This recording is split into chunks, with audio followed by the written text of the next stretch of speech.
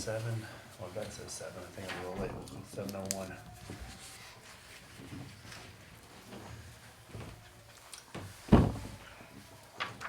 Any citizens communication? Awesome. Approval of minutes. Should have got the minutes in the email, and you have them there in front of you. Discuss and consider an action to approve the minutes from the Parks and Rec Commission meeting on January 16th, 2025. Let's set a motion to approve.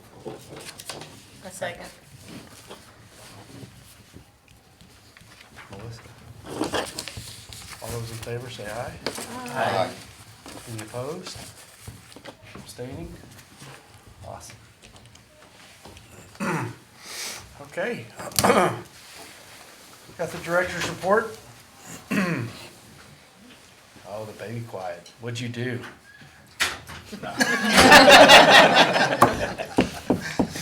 Whenever you walk in the door and somebody immediately asks you, what did you do? You gave the correct response. I did Nothing. nothing or everything.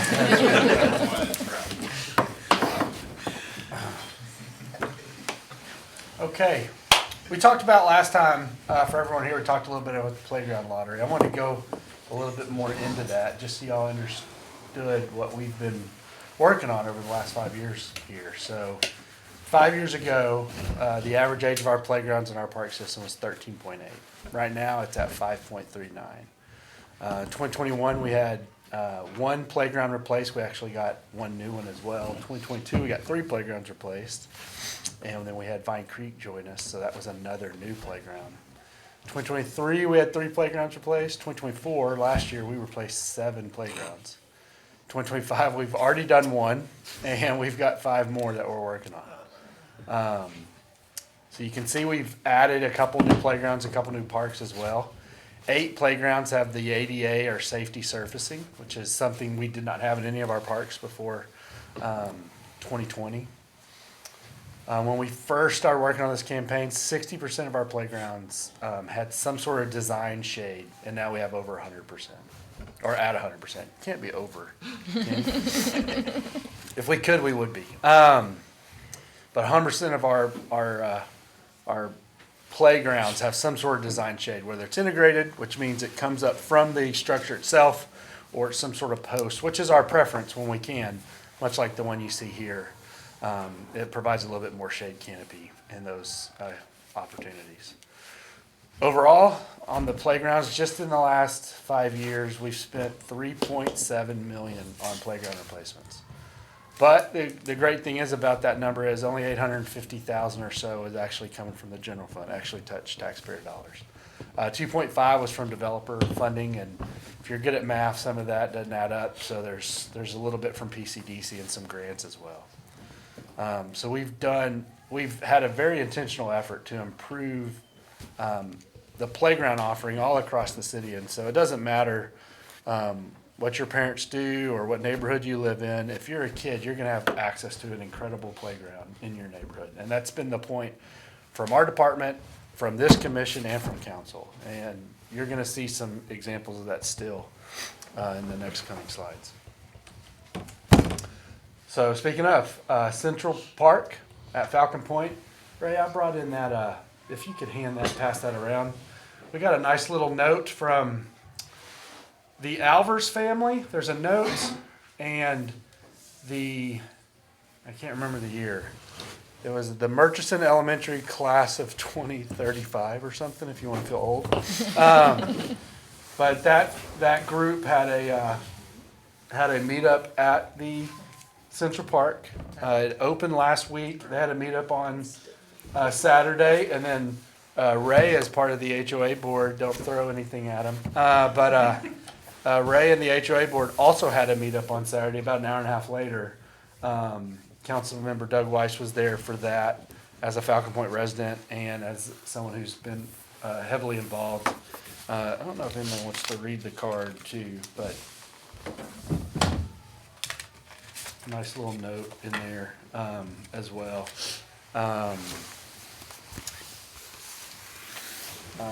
So they were able to celebrate. Ray was able to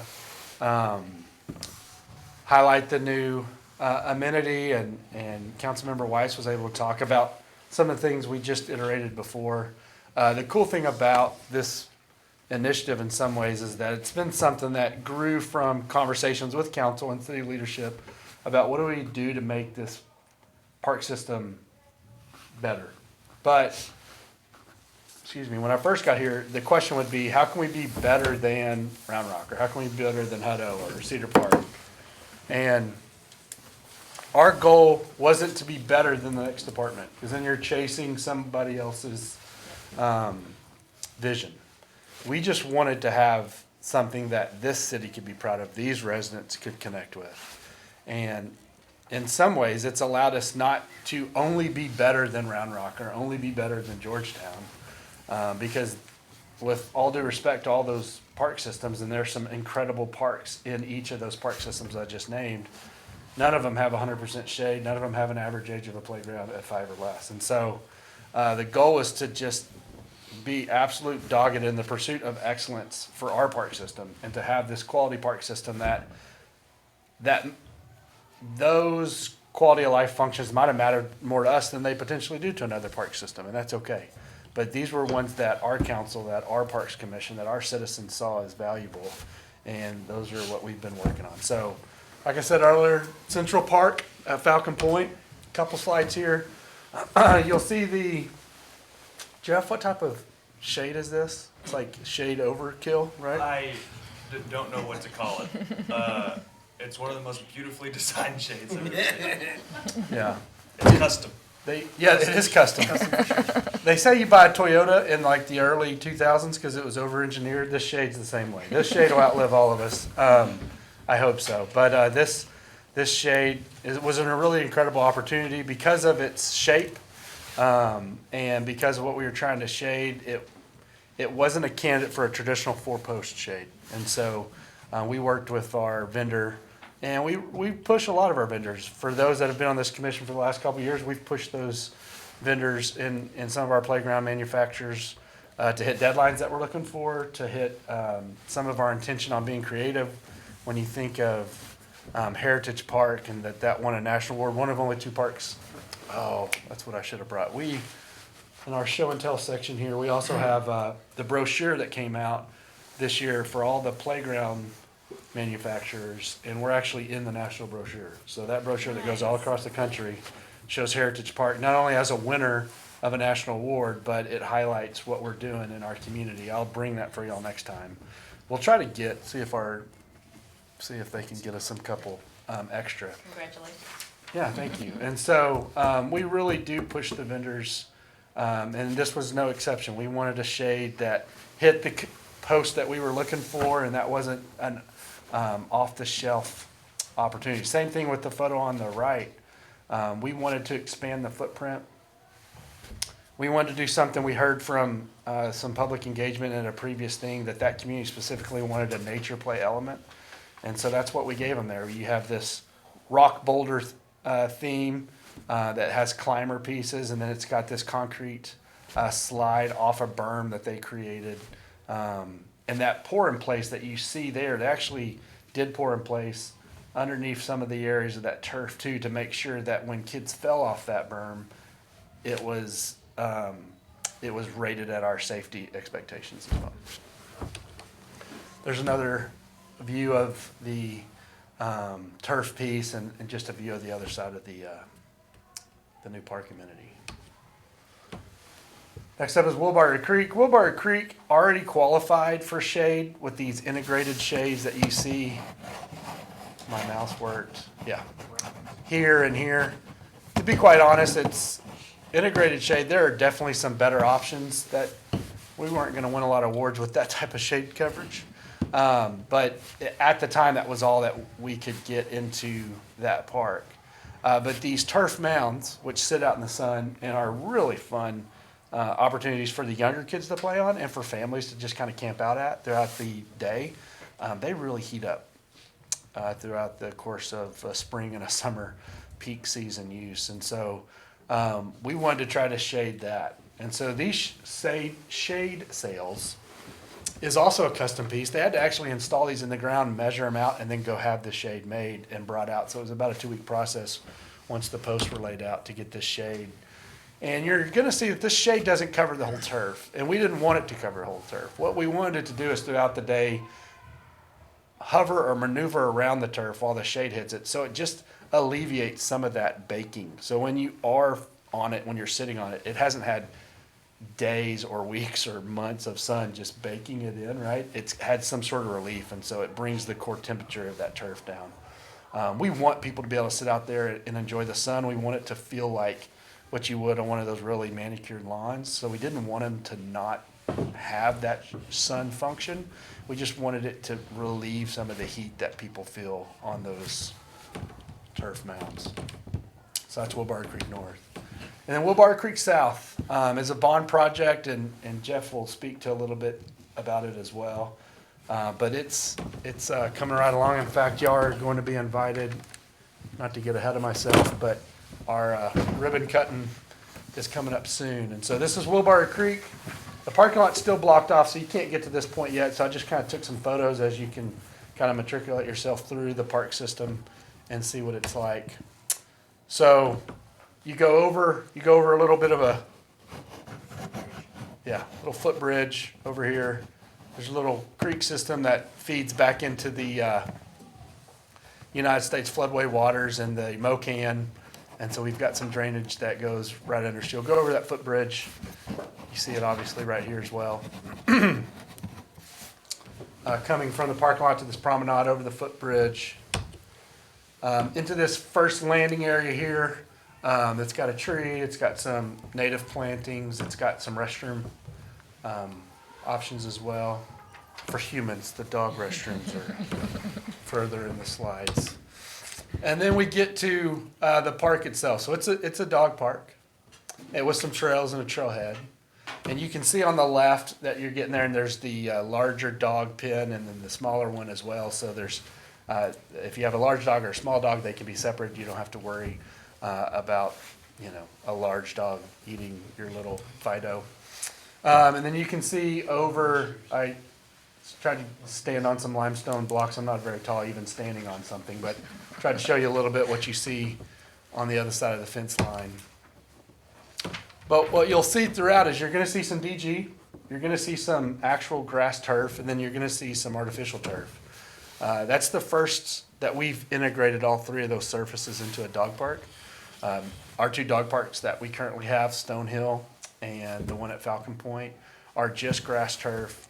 And at times of the year they get beat up, due to weather, due to wear.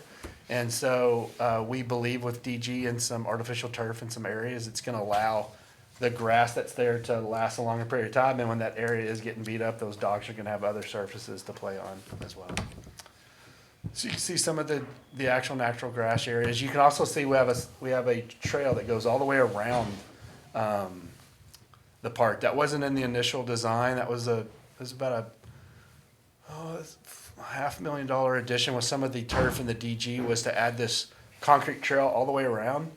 So if your dog isn't obeying and you've got to get around and you've got some mobility issues, you didn't have to go through the park. You could get around the park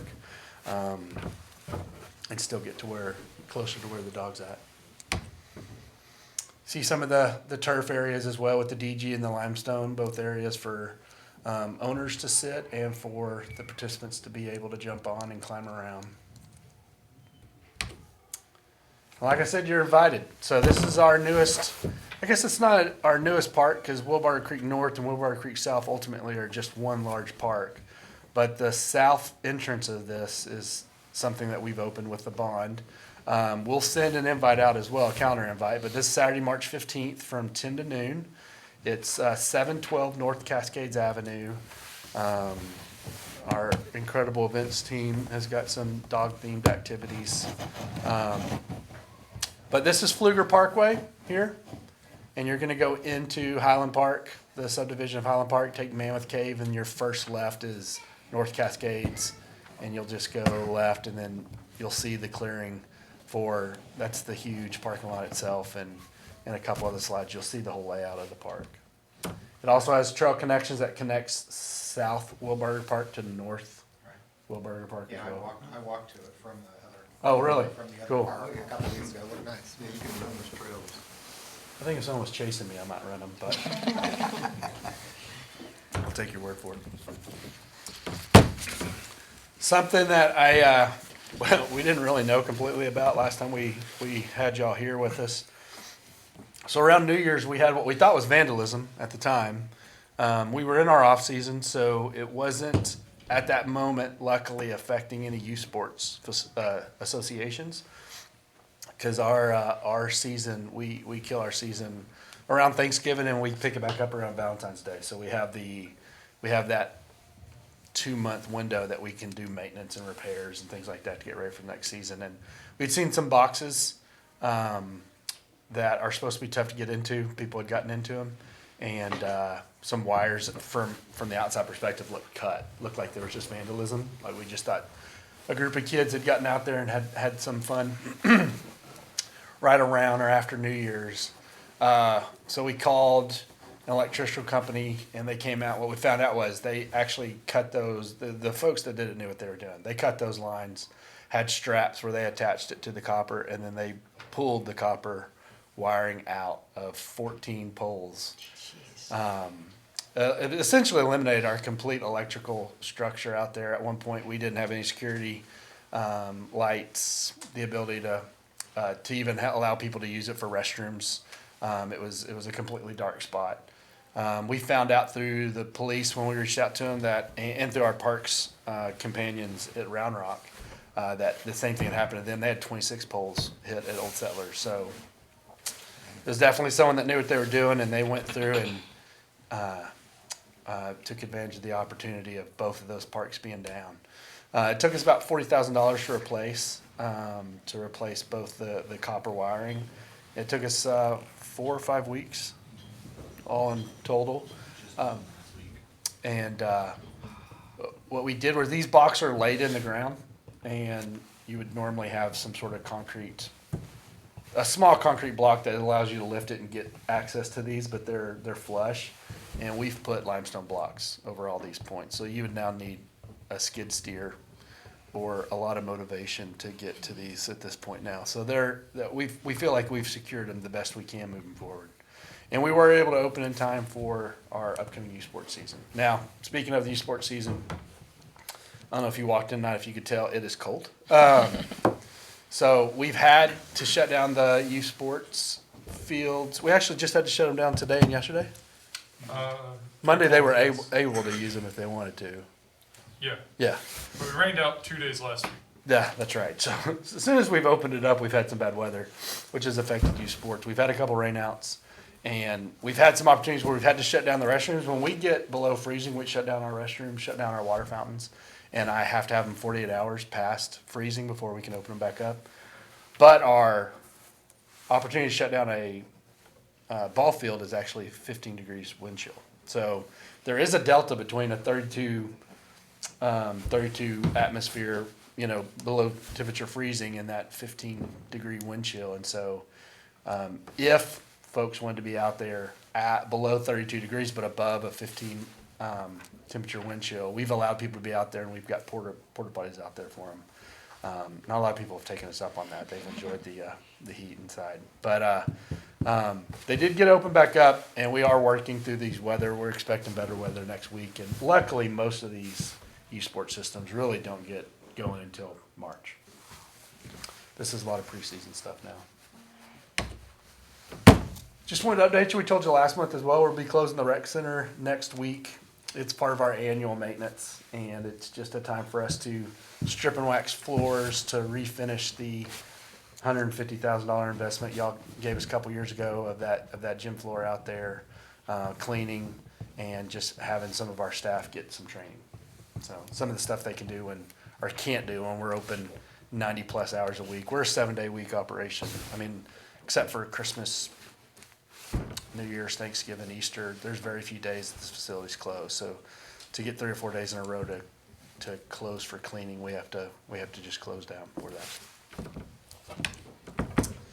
And speaking of taking some time off, I have been requested to let y'all know that City Council has canceled all boards and commissions for the month of July.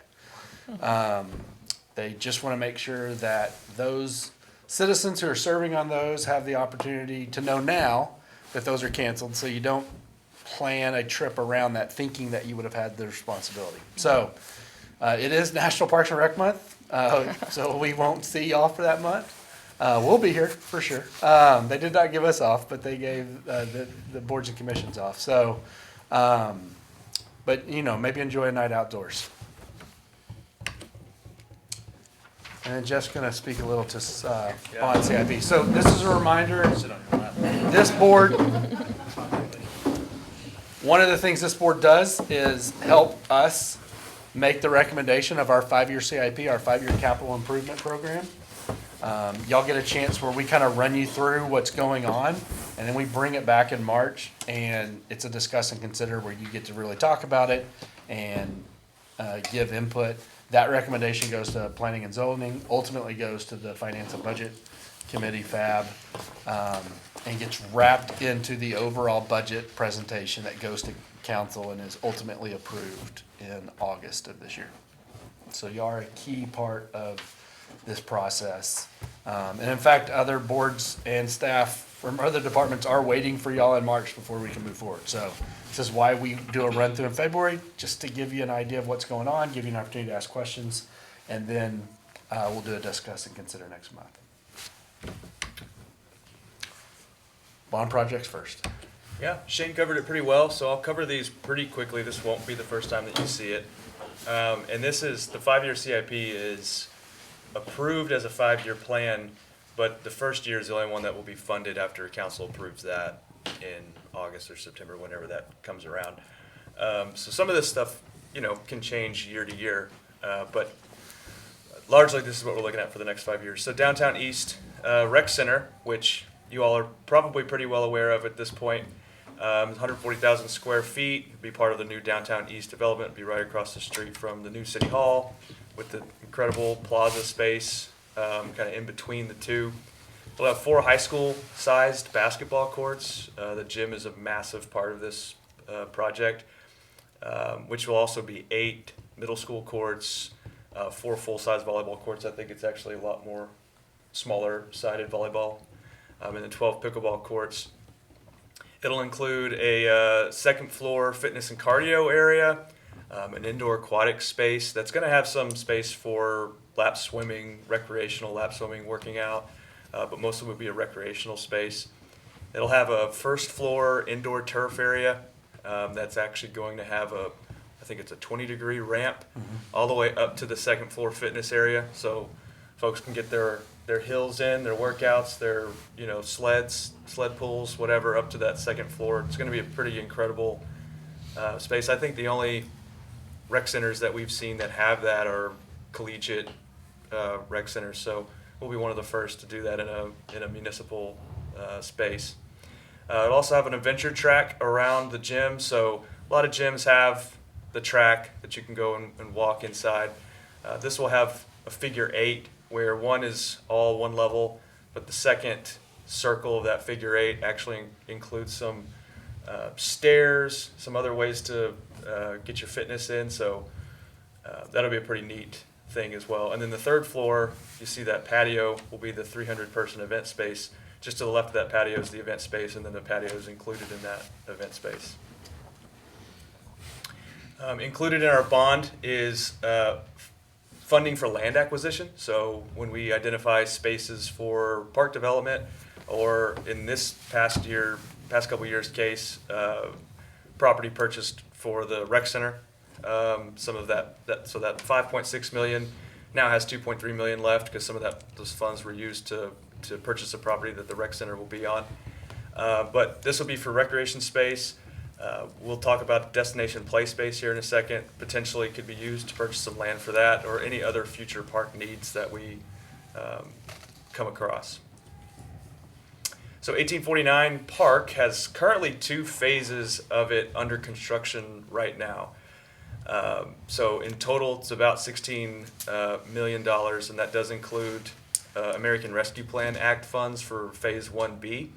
Phase 2 is what you see in this picture. It's northeast east of what is currently 1849 Park. It's the addition of 2 baseball fields, a softball field, an event lawn. It'll also have a playground, what we're calling a field house, which we may have to change because we've got too many PFs across the city. But that'll be the concession stand, an area for umpires, kind of a pavilion area for folks to gather. And then it'll also have some pretty neat amenities that kind of go along with both the baseball and softball and the event lawn. That sidewalk that kind of goes in from the west is going to have some hookups for food trucks. So if we're having events out there, food trucks can hop in there and get everything that they need utility-wise. Construction's underway for that project. It is a long process. I mean, it's a big facility, but it's not quite as big as I think the duration is leading on. It's projected to be done by the end of this year, but there is a ton of, if you go out there, if you're at 1849 and you see how far down from the football fields these fields are, they're about 35 feet below where the football fields are, so there's a lot of elevation change. So up front in this construction process, they had to do a lot of grading, leveling. It's going to provide an awesome experience because each one of these fields, in this picture, looks like they're level. They're all going to be kind of tiered, which will help with drainage, so we'll be able to play pretty early, but it'll also just kind of help with the aesthetics of the spot. So when you're on field 1 looking at field 3, you'll be a little bit above it, so that some of the stands are even built into some of that grade change, so it's going to be pretty neat. And then phase 1B is current phase 1 soccer fields and football fields.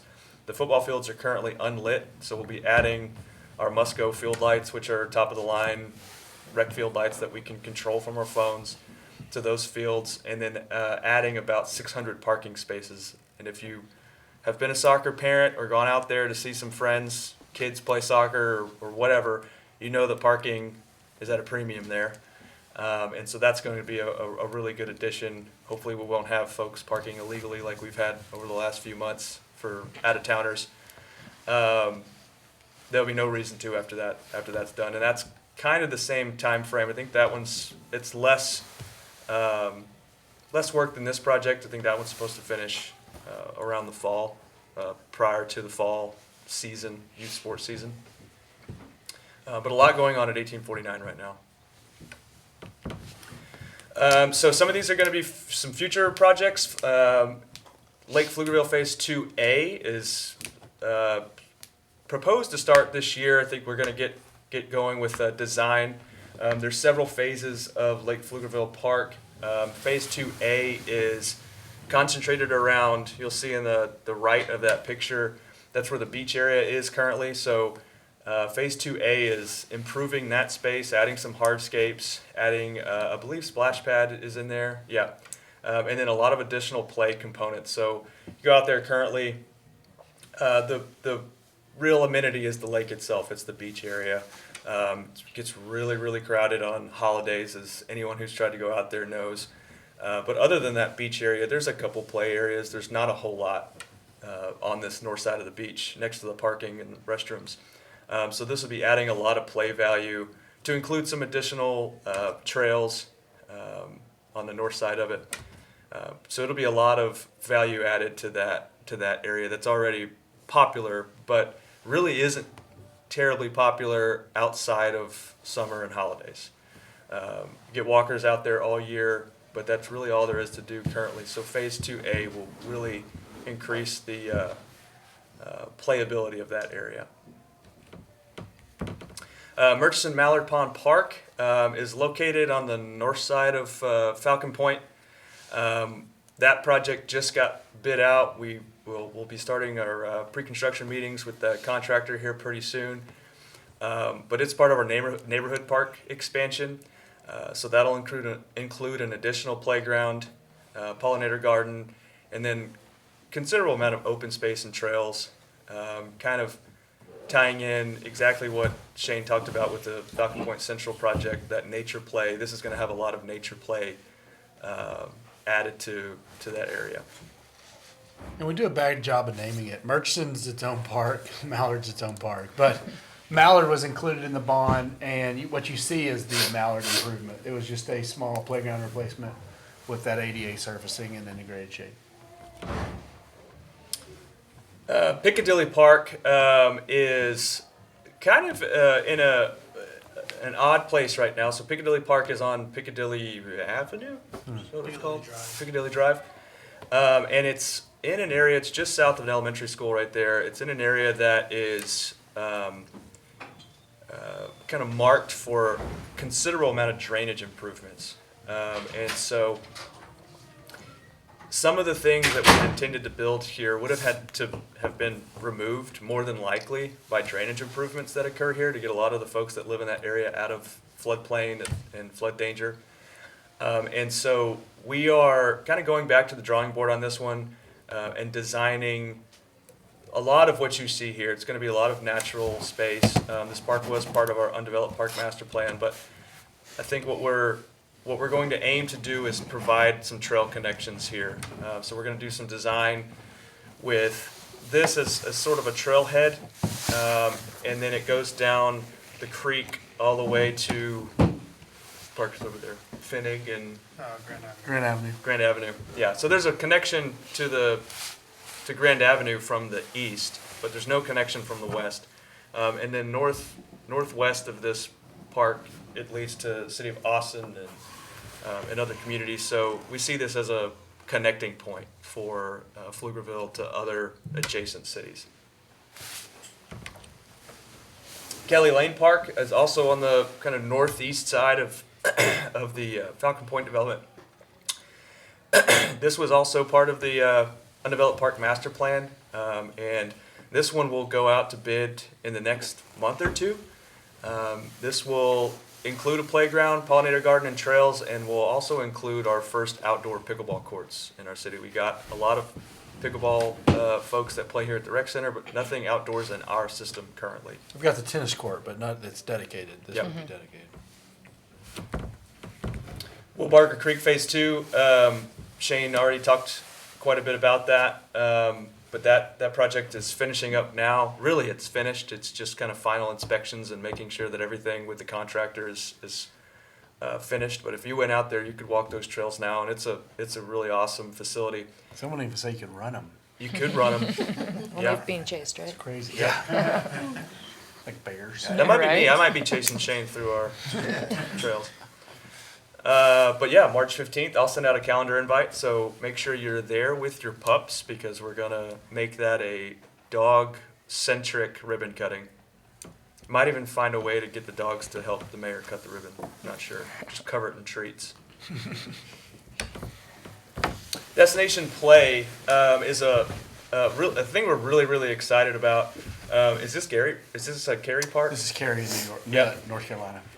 So we haven't fully decided on this location. We are considering some sites that we have already in our system. So some of that land acquisition money might go to other park acquisition. But this is a destination playground that will, in the same vein, some of you are familiar with the Old Town Park master plan process that we've been going through, where we talk a lot about not just reimagining this as more than just a playground, some trails, benches.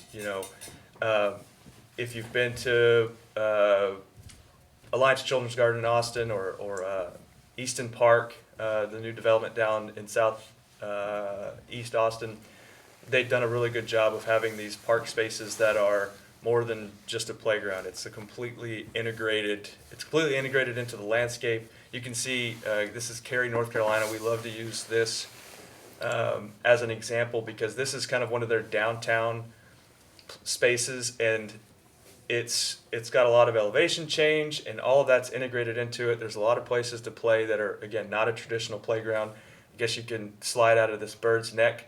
That's probably about 30 feet high. But trying to rethink what a play space is.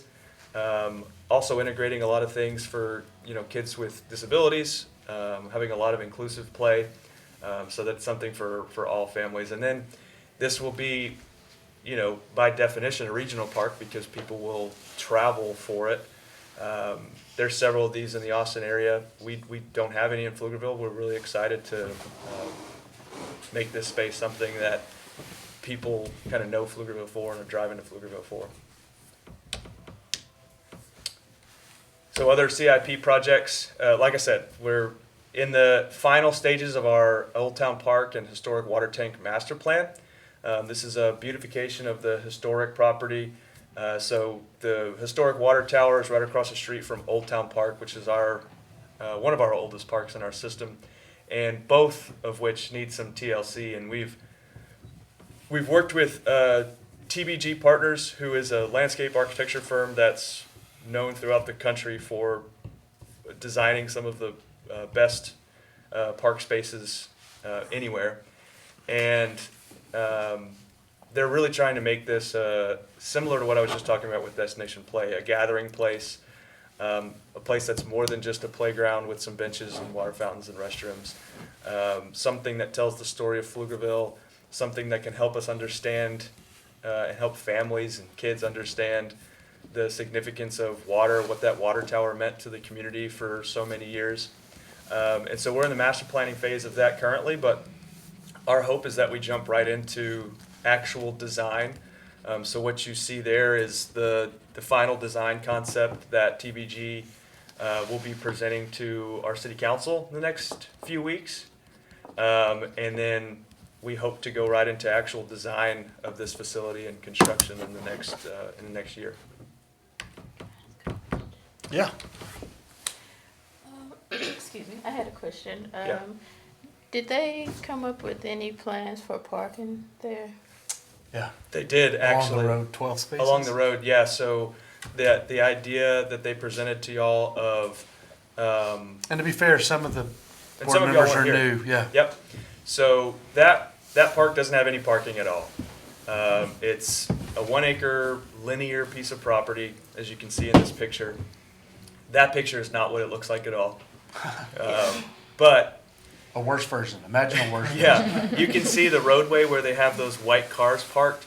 They extended out some of that curb several feet, so into the roadway. So they're calling it a road diet. So that road will be a little bit thinner, which will force drivers to go through that a lot slower as well. Which is good. But creates parking.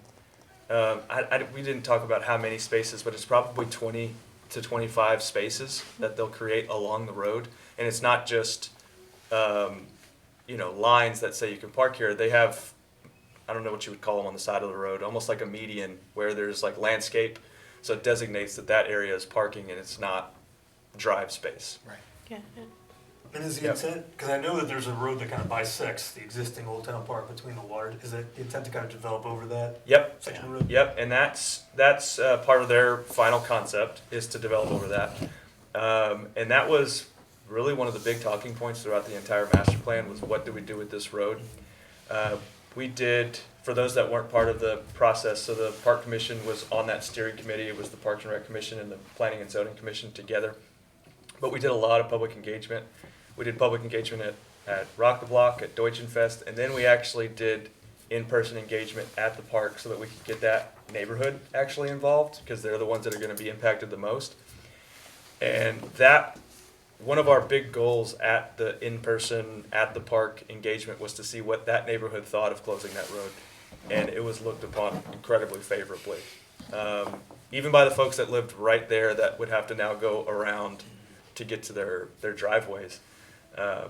Because, ultimately if this entire space becomes a play space, you're going to have kids running across that, trying to get to the other amenities. And then it also opens up what you can do to connect the parcels.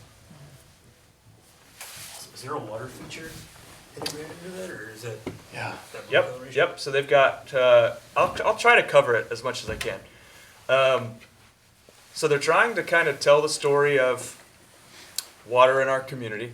So the way that they designed this was that north, on the right side of the screen, that's kind of the headwaters of our community. It's like the Colorado River, and as it flows towards the water tower, it's got some educational features that talk about, well, it doesn't really talk about anything. It kind of shows visually like water going through a river and then coming to a lake and then going to the water tower. Their idea was to try to provide educational opportunities telling the story about our community, but also telling the story of water in our community without any signage. So it's more of a discovery play type of thing than like the interpretive signage where it's like a museum and tells the story. So their idea and our idea as a staff and as a steering committee was that families would go here, schools could take their classes here, and it's a place that's not very big, but you can learn something every time you go, and you may learn something new about this park your third, fourth, fifth time visiting it. So it has historical components to it, has educational components to it, without actually kind of in your face telling that story.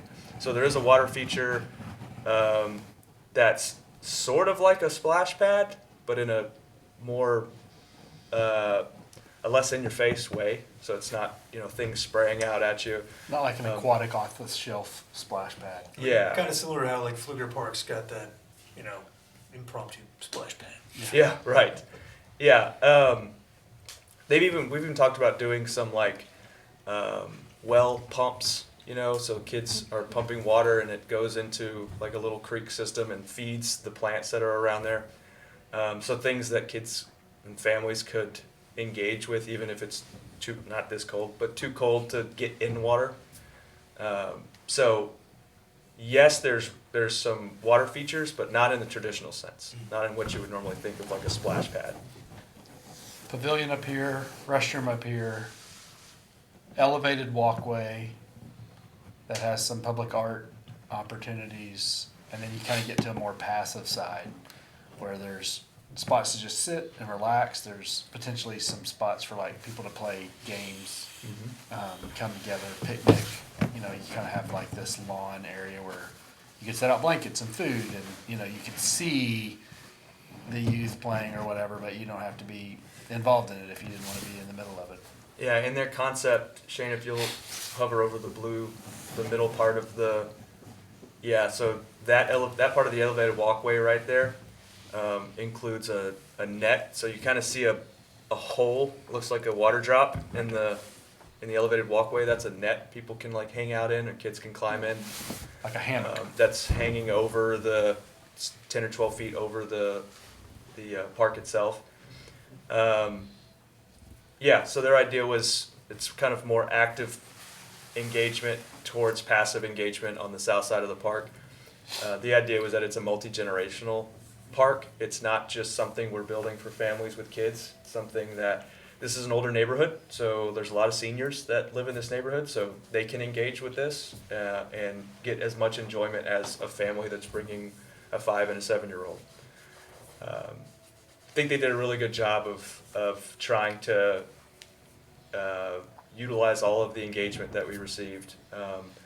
And one of the big things, and the folks that were on that committee will understand, overwhelmingly we heard that there was some ideas thrown out there about what we could do with the water tower itself, putting art on it, doing all sorts of things, kind of changing the way it looks, and overwhelmingly we heard, no, we want it to stay the same.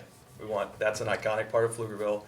We want it to stay the same. So what they did was they didn't leave it alone completely. If you look up in the middle of the tower, there's like and they talked about this as one of the potential concepts.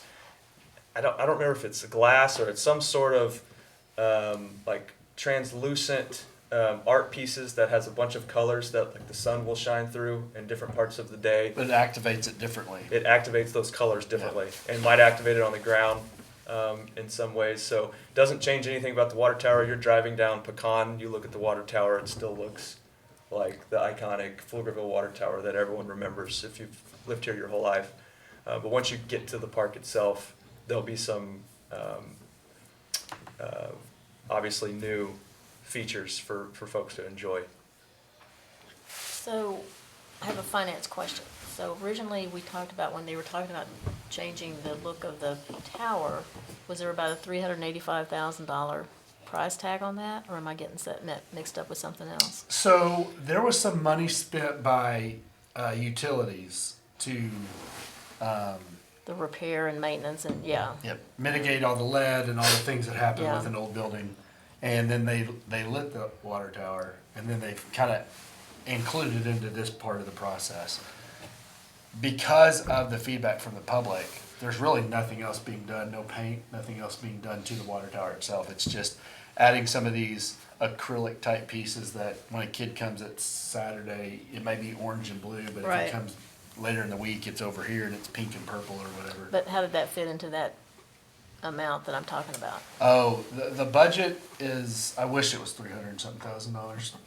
It's I mean, the overall budget. The gone up. lighting of the, you may be getting a couple numbers confused. The lighting of the water tower that already happened was about that much. About 300 something thousand. Okay. Okay. I think this whole park at build out could be potentially over 6 million plus. Now, that's a sticker shock number, we get it. And this is a master plan concept, right? So we're trying to not let budget dictate what we do at Lake Pflugerville, at 1849 Park. You know, if I showed you build out of 1849 Park and all of its phases, it's quite an expensive park. And then you go and you do phases. I understand this is a smaller park than any of those parks, but what we do know is that there's been incredible investment most recently with Stonehill and Wheelbarrow Creek North and South through all the bond program, millions of dollars to the north. There's been incredible investment with Lake Pflugerville and 1849 Park, millions and millions of dollars. And those are bigger parks. What we're also seeing is, unless you're purchasing something like 29 acres for downtown East, for example, the ability to have that type of equitable investment in the south, central, or potentially even the western side is limited because it's at build out, right? It's Old Town. You know, those, you know, when they say buy land because they're not making any more of it, all that land's already bought. It's already been envisioned in some ways. So, I do think there'll be a sticker shock. Do I think we may get to that $6 million figure? If so, probably not the whole time I'm here as director. It could be something that it's phased. But taking this space, Old Town Park is in need of a playground replacement. If that's all it was, I think we've shown in our previous slides that we can handle that. You know, we're pretty good at this point at replacing playgrounds and adding value to the community. This, from council's perspective, was this incredible space that is our second oldest park and one of the oldest features in town. How can we combine it? What can we do to create some sort of real master plan or vision for reimagining that space? Because when you think about that water tower is older than the city itself. It obviously served those residents before the town was incorporated, but it was a symbol of life-giving opportunity and revitalization to that little community at one time. It was the most important thing they put into that space, that structure, that little community at one time. And it has the opportunity to do that same thing again. A park built around that water tower, even at phase one of what could be 4 or 5 phases that ultimately get close to 6 million plus, would be an incredible improvement to that community. It would raise the home values. It would increase the quality of life for the residents there. It would add trail connections to downtown. It kind of is one of those things where there's this puzzle piece missing over there. And if you get it right, it kind of locks in what we're doing downtown, what we're doing to revitalize not just downtown East, but the downtown corridor and some trail connections, and to invest in the quality of life of that section of the city and to do it in a way that really honors what that water tower did for that community for a long time. So there's a lot of things that can That's go a really pretty well. big answer for my question. So- Read into that. Yeah. Let's see where your heart Yeah, is. so I mean, well, I think it's important that master plans aren't dictated by budget. Yeah, no, Right. I agree. I was curious Budget is about what that. budget is, right? Whether you're going on a trip or you're investing in property or rental space or you're just trying to save for your future, everyone understands budget, right? But that doesn't always, that's not the only thing that matters with your intention, what you're looking for, what you're striving for. And so I think the master plan of this thing is really doing something incredible. Will we ever get to the part where we fund it fully? I don't know, you know. But if we don't lay it out in a plan that we can work off of for the next 5 or 10 years, we will, for sure. Yeah, and we've had that exact scenario over the last year that I've been here, where we're working off master plans that you could tell we're keeping budget in mind. And we may get to that project in 10 years and we're in a different place than we were 10 years ago. Our needs of our community are different. And that master plan is not what we need now. And so it's good to plan for the future, and maybe this gets done in totality in the next 2 years. Maybe it doesn't, and it's phased.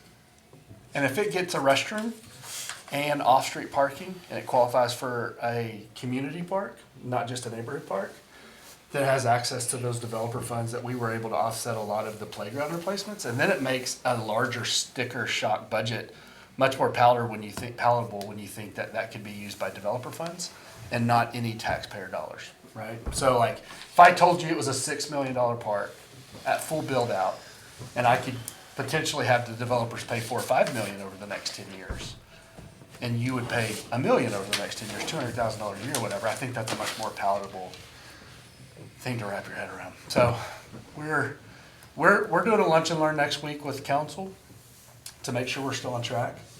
And then we'll do a work session item. We'll invite this group and planning and zoning to be at the work session item. And then ultimately, if those two things, if we're doing what they expected us to do at those two meetings, it'll go before council to approve that master plan. From there, whether it's bond or CIP or developer funding, we'll start to nick away at what it takes to fund this park in whatever phases it is. Well, the Round Rock Tower basically points to Round Rock Donuts. I'm just saying. Listen, if y'all want to scrap the whole thing and put a Round Rock Donuts under there, that might revitalize things as well. So we're continuing to do some improvements to Wells Point Park. So our second phase of this is additional lighting or replacing old lighting that we've got out there to the Musco Rec Field light system that I was talking about. This is the third most used park in our park system. 80,000 visits, I imagine that's a year. Yeah. Up from 70,000 in 2023. So that's about 1.3 million. Most of that will be those field lights, but then there's also some improvements to the restroom concession stand area that will occur over the next few months. We have access to satellite imaging, and if I showed you this park 10 years ago, Junior would know, or even 5 years ago, the health of that grass, which sounds very nerdy, I know, the health of that turf and what it looks like, that's just January of this year compared to what it looked like in previous years, and how beaten it was, because it wasn't getting the irrigation, it wasn't getting the horticulture investment, it wasn't getting the rest it needed. It's incredible. Maybe someday I'll pull those up in a couple different years and show you what this thing looks like. But it's an incredible space. It is an old facility that a lot of folks have grown up playing on. And it's got new fencing, it's got the fields have been taken care of, the horticulture investment has been invested in there. We took the top 2 inches off of all those fields, graded them down, re-lasered them, and relayed a high quality, high play surface sod. And now we just need to do some lights and some restrooms, and that facility is gonna have another 30 plus years in it. And that number of visits is going up. I mean, every single year. the amount of use that we're getting and the requests that our staff are getting to utilize this facility in addition to 1849 is steadily trending upwards.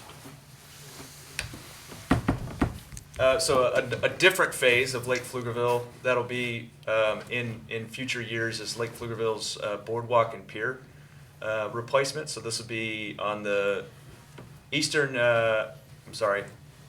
western edge of Lake Pflugerville. This was part of the preliminary design report that was approved by council in 2019. So this is a boardwalk network and 2 covered outlooks. So taking our trail system over water, essentially. And then it will replace 3 existing piers. And that's at about $5 million. And then Lake Pflugerville Phase 2B, and all these phases get very confusing with the numbers and the letter, is a complete redesign of the Bealey House property. So this would include a community garden, demonstration gardens, greenhouse, a nature center, with classrooms that, schools, different organizations will be able to utilize in an event lawn. That in our concept designs and everything is pretty spectacular. I think would be a space not just used for like organizational events, but you might see weddings, you might see reunions, things out there. It will include parking, maintenance sheds, some utility extensions at a cost of about $10.8 million, and that's going to be a pretty incredible facility. It's not something, we don't have a nature center here in town. It's going to be something that is desperately needed. And then we've also got the Lake Pflugerville trailhead. So this will be along the Silent Harbor loop. This includes walkways, some site structures, a little bit of additional parking, about trailhead sized, a small restroom facility, some lighting and landscaping. It's a little over $1 million estimated for that.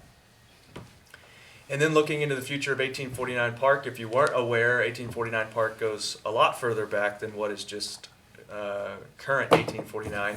You'll see what is currently 1849 is on the bottom of that photo, which is just those soccer fields and that football field, and then we're getting some of those fields.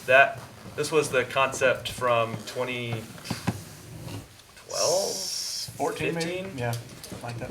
14. 14 or 15. I think. And so there was some grading that wasn't quite taken into account with how expensive those top two fields were going to be right there. So we may have some additional opportunities to build those fields elsewhere, not right there. But phase 3 is this north part. So this is actually a 300-acre piece of land that kind of makes a T. And so up on the north part of the creek there will be a festival area, playground, amphitheater, restroom, some covered picnic seating. We'll also include a lot of additional trails. And going back to that kind of nature theme we were talking about, keeping a lot of this natural so that it's natural trails. There may even be some opportunities for like single track trails, things you would go to a state park for, but it'll definitely be an extension of our trail system for connectivity as well. It will include several pickleball courts, so we'll increase our outdoor pickleball offerings to the community with the construction of this. And then on that north side, it's up in the top left corner is where the pickleball courts are, also a 5-acre dog park, and some shade structures, and then additional parking on the north side. And you'll notice too, part of this development is Melber Lane, which I think is in there, yep, being developed kind of right through the middle of this park. So there'll be some interesting, maybe going under the road or trying to figure out how this park stays consistent even with road development. And that's on the 2020 transportation bond, Melbourne Lane. So it's funded in some capacity. They just got to design it and prioritize it and build it. Yeah, so there'll be some pretty incredible connections from what is, current 1849 Park right off of Cameron all the way up to the Carmel community up there. And then it'll open up all those folks to being able to just walk right over and enjoy these amenities. But it'll also be a lot of regional amenities. Like I said, the amphitheater will be pretty large, so you may see some new events happening out there.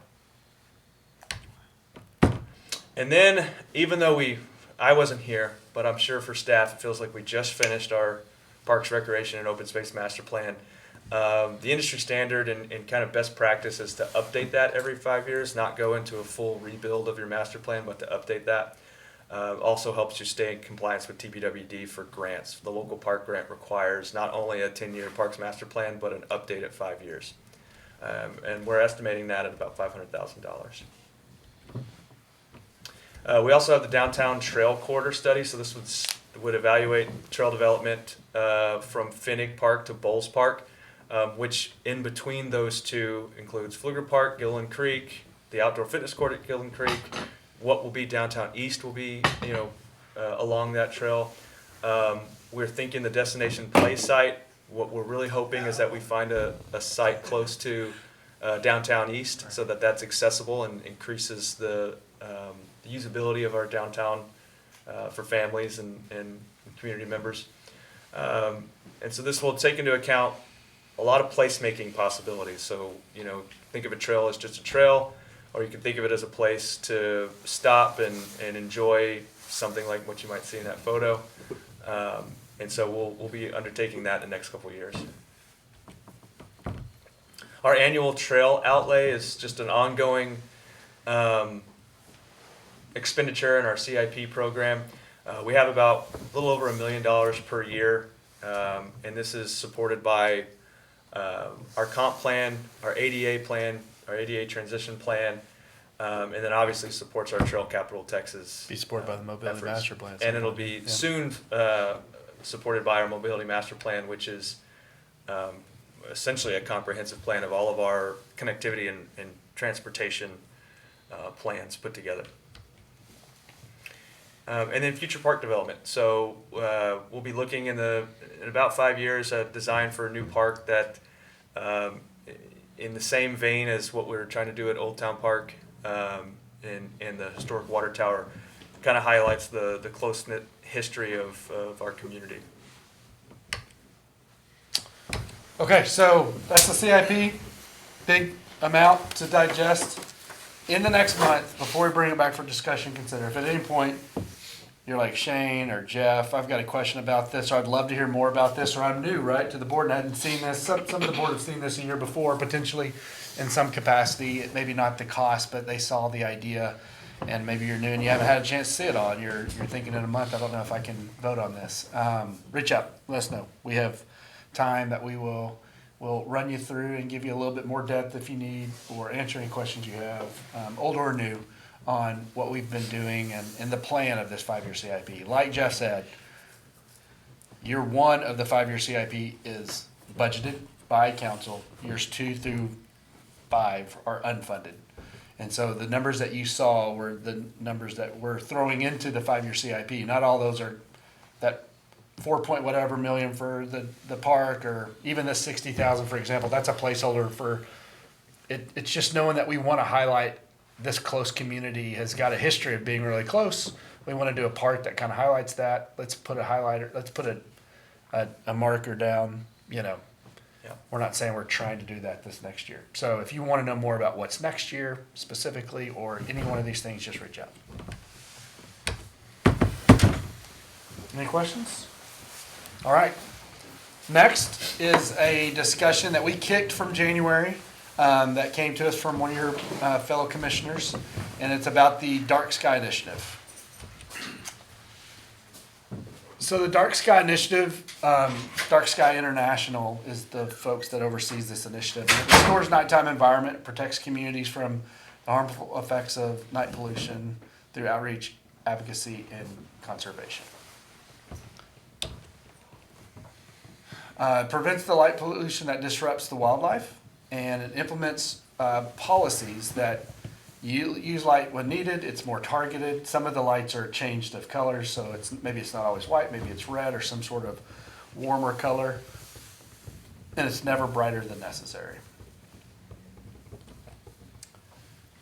There are a ton of cities in Texas that are part of I'll say this, there are a ton of spots in Texas that are part of Dark Sky Initiative. A lot of them are state parks, where that's a little bit easier. You don't have anybody living on site or any development within the 100, 200, 500 acres of that park, which makes it easier to kind of cut those things off. You will see cities of Dripping Springs, cities of Fredericksburg, Blanco, Bees Cave, Jonestown are all cities. City of Horseshoe Bay. They are more of the western hill country cities, the cities that are less developed. I don't know if you see a city quite of our size, or quite as close as we are to a large urban center. I think that's the toughest part is if you're in a town of 5 to 10 or 15,000 population in a limestone block-based section of the state where a lot of development isn't going to happen because of that limestone. You're on a hardscape, and you have homes and you have smaller 1 or 2 story buildings. I think a lot of those places go dark at night. Being close to downtown, being close to 35, 45, the 130 corridor, some of those light things, and implementing that in areas where our jurisdiction might be a little bit more difficult. Not to obviously downplay this initiative. I think we're very pro this initiative. I think just like the bee pollinator initiative that the subcommittee is also working on, to actually be qualified, it's not just a Parks and Rec department has to buy into it, because if Public Works are doing something that hurts pollinator beds, they have to change that as well. Same thing here. I mean, if you wanna talk about going darker at night, that's not something that Parks and Rec in general has a problem with. Most of our facilities go darker at night, or our lights are very targeted. But we would have to work with Planning and Zoning Commission and code enforcement and some of those things on making sure that Stonehill does that, for example, or another development, North Point coming to us in the future. So definitely want to have a discussion. This is just discuss only. We have options in the future to make this a subcommittee, and we've done that as a subcommittee. We've taken an initiative and made it a subcommittee and vetted it more. We have an opportunity to, I think we've written a letter to Public Works in the past, right? That was composting. Yep, as a board or a subcommittee, did we do that? We did as a, As as a commission? yeah. So we've written our intent to city leadership for changes as well. So that's definitely something this group could do. Or we can kick it around tonight and revisit it at a work session or in another opportunity. So what is the intent at this point? Of bringing it up tonight or the whole No. initiative? The initiative, yes. I mean, the intent of the initiative is to be a dark sky initiative, you have to commit to having a darker community at night. And the lights that you use are rated at the initiative's rate or targeted, they're on a timer. So like, let's say you do solar lights or even trail lights, like you walk through HEB, the frozen food section, when you walk through and it lights up when you walk by and then it lights off when you leave. So those types of lights potentially on your trail, not lights that are just on until they're off, they're lights that are motion censored or whatever. So I would say if that is the next question from this group, hey Shane, let's find out what the intention is. We'd have to look at what are all the steps it would take, and we'd bring that back to you. Because I don't know those offhand, but I know it would definitely be a process. It's not a switch we're flipping in this scenario. It'd be one of talking to other departments, other city leadership, and saying this is something this board is very interested in, and these are the steps it would take.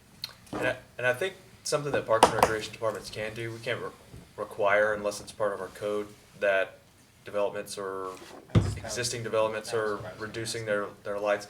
But this won't allow us to become an official dark sky city. But potentially what we could do, if this was something that was important to the commission, I think is adopt some of the tenets of the dark sky within our park system, and it can be one of those lead by example sort of initiatives that maybe start slow and people start to adhere to those on private property. Because I think Shane kind of nailed it on the head. If you look at these communities, other than maybe I think Westlake was on there, or there's a community in Westlake. Yeah, I think it's a neighborhood in Westlake. Yeah, not a lot of them are as close to an urban area as we are, but there may be some components of dark sky that we could undertake in our park system to use which we do in a lot of different initiatives. We kind of lead by example and hope that the community River follows. Hills neighborhood of Westlake. Yeah. What were your thoughts? I just kind of wanted to see the steps to working towards, what the practicality of actually becoming a dark skies city. But I really like the idea of incorporating certain components into the park system as a model for other people. Yeah. And then also just development going forward, if there's more ways to incorporate lighting that's maybe dark skies friendly, but if that takes collaborating with other committees or parts of the Yeah. city, I would love to know the steps to do that.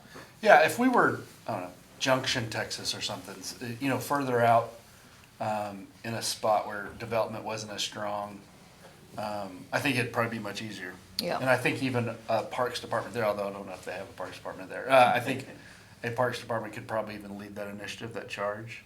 I think it'd be tougher in Cedar Park, Round Rock, Hutto, Yeah. Pflugerville, Austin to be a dark sky initiative in and of itself. Mm-hmm. But if we were doing things that, when we are doing trail lights in the future, or where we're doing lighting, maybe even around a building, like both houses where we're at right now, we have we did a little master plan for landscaping, and part of it has like a rabbit habitat. Yeah. Because we got wild rabbits running around all the time. But we don't know that if the lighting that we have coming off our building every night, if that actually affects them. Does that run them into a spot that makes them unsafe? Does that make their burrow or spot that they hang out in untenable at night? I don't know any of those things, right? So we could look into being a little bit more intentional with our lights, especially in areas where it could have a dramatic impact on some of the more natural animals in the community.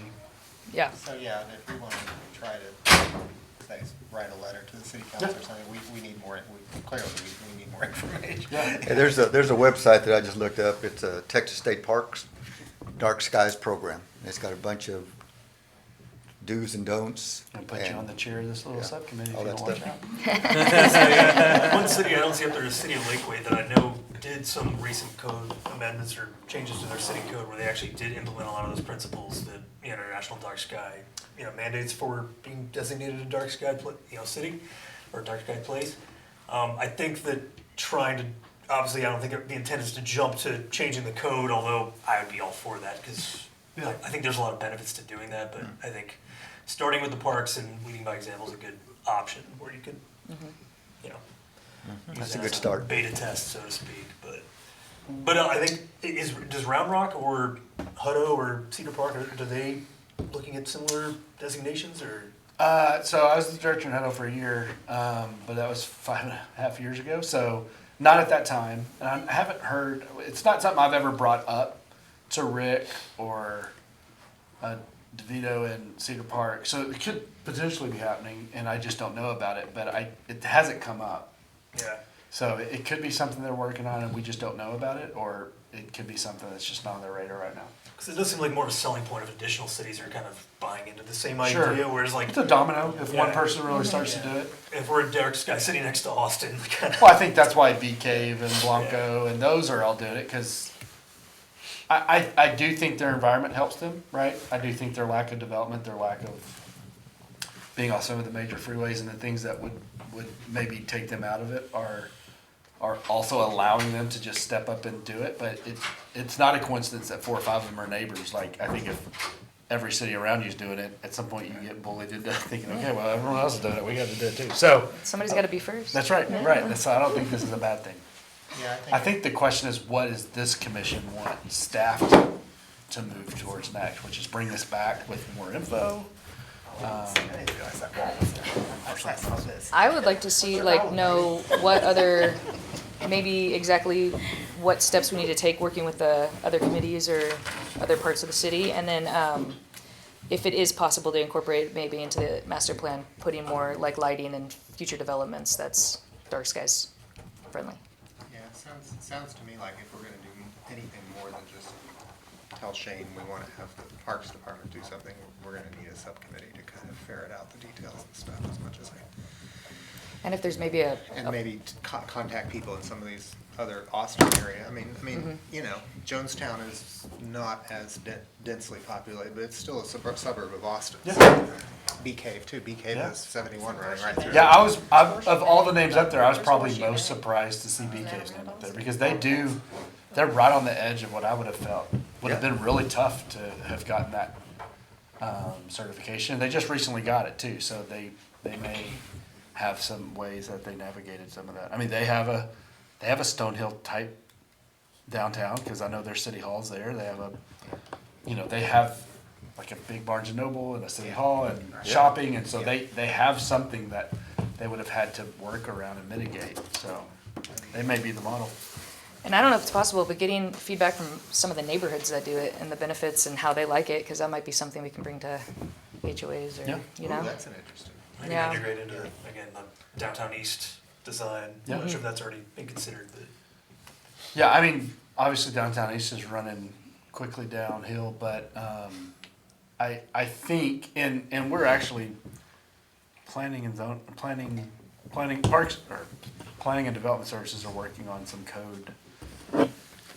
Yeah, Doing a we're code working on assessment right Code now? assessment right now, and then revisions over the next 2 years. Yeah, so this would be the time to get ahead of that, right? Versus they had just done it and finalized that assessment 10 months ago or whatever. So I do know code is going to be something of a hot topic for the next couple of years as far as what code changes we want. So maybe good to have a committee.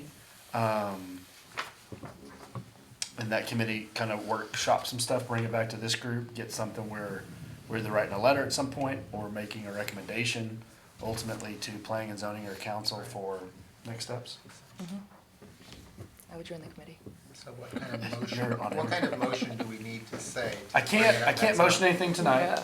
No, I know. and I can't do so y'all are gonna get a chance to renew the committees that we have, but we didn't tell the public that this Right. committee was an option, so we'll have to bring up, if y'all are interested in, what we do at some point tonight is we're gonna have a chair, and we'll just work with whoever the chair is on bringing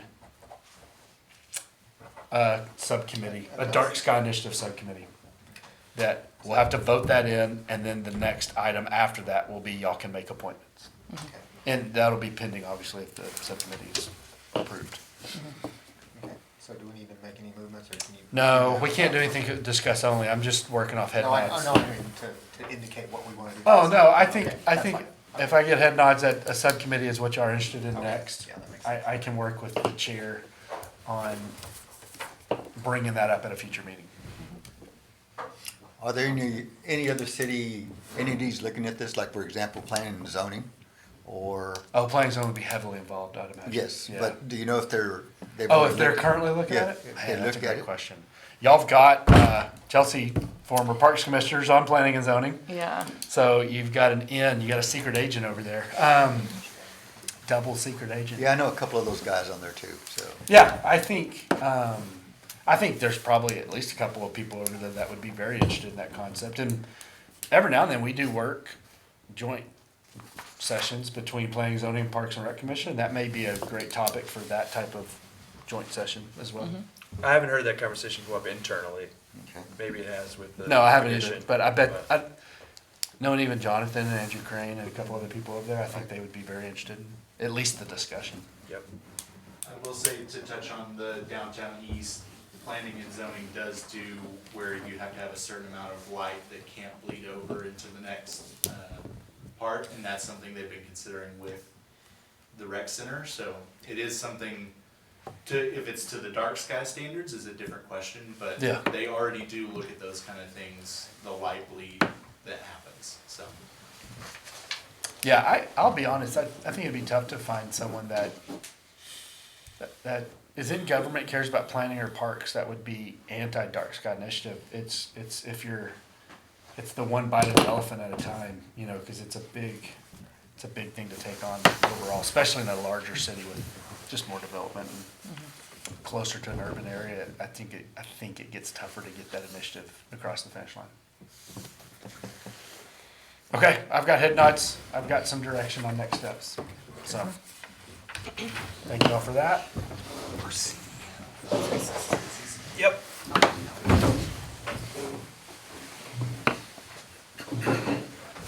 Okay, now it's my turn.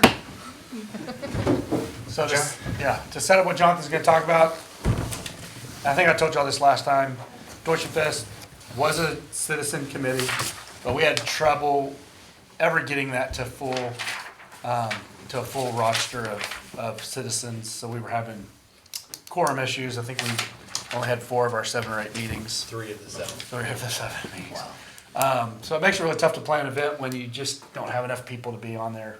And that was for a variety of reasons that happened, but it was a couple years in a row that we were like, okay, maybe there's a different way. Talked to council about it and our concerns, and council said, it used to be at one time under Parks and Rec Commission, why not just bring it back under Parks and Rec Commission and make it one of the things that Parks and Rec manages? And so, Tag, you're it.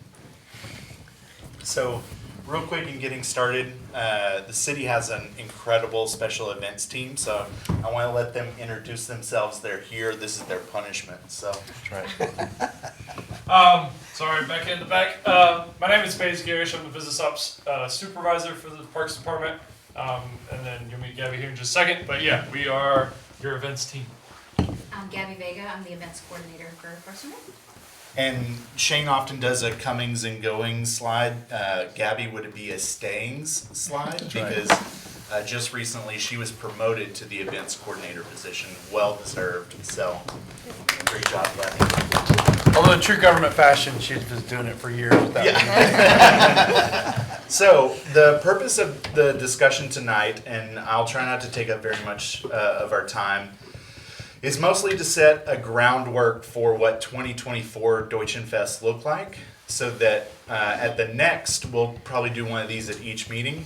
At the next meeting, you'll have a starting point to be able to give feedback, ideas. This is a true collaborative process. We want to know what your ideas are. So tonight is just setting that foundation. So 2024 Deutschen Fest was Friday, October 18th and Saturday, October 19th. The Fun Run Community Fair was also on Saturday, October the 19th. You'll see this is our layout. So Deutschen Fest has gone through several different iterations. It always kind of was trying to figure out what it was. Was it a worst fest? Was it a music festival? What was it? It ends up that it's all of those things and a little bit more. So we have rearranged the layout, and we really like this layout. We got a lot of good feedback from it, and we think this is the layout that we're going to stick with moving forward. And I'll explain why here in just a second. So the theming. This is a very, very important part of Deutschen Fest. This is the identity part that we were always kind of looking for and trying ideas to see what it was. So this year we really pressed into the Guten Tag, y'all. We're a German town, obviously, but we're also a Texas town. So we really pressed into the German Texas heritage. So Guten Tag, y'all. Hans over on the left became our official mascot for Deutschen Fest. We standardized the brand colors, the branding fonts, the website, all those kind of things to really build some of that loyalty so that next year, now this year, we're not having to change a bunch of things again. We can reapply that skin essentially to the event. We did that a lot by placemaking. If you look up placemaking, it's being intentional in creating places for community to happen.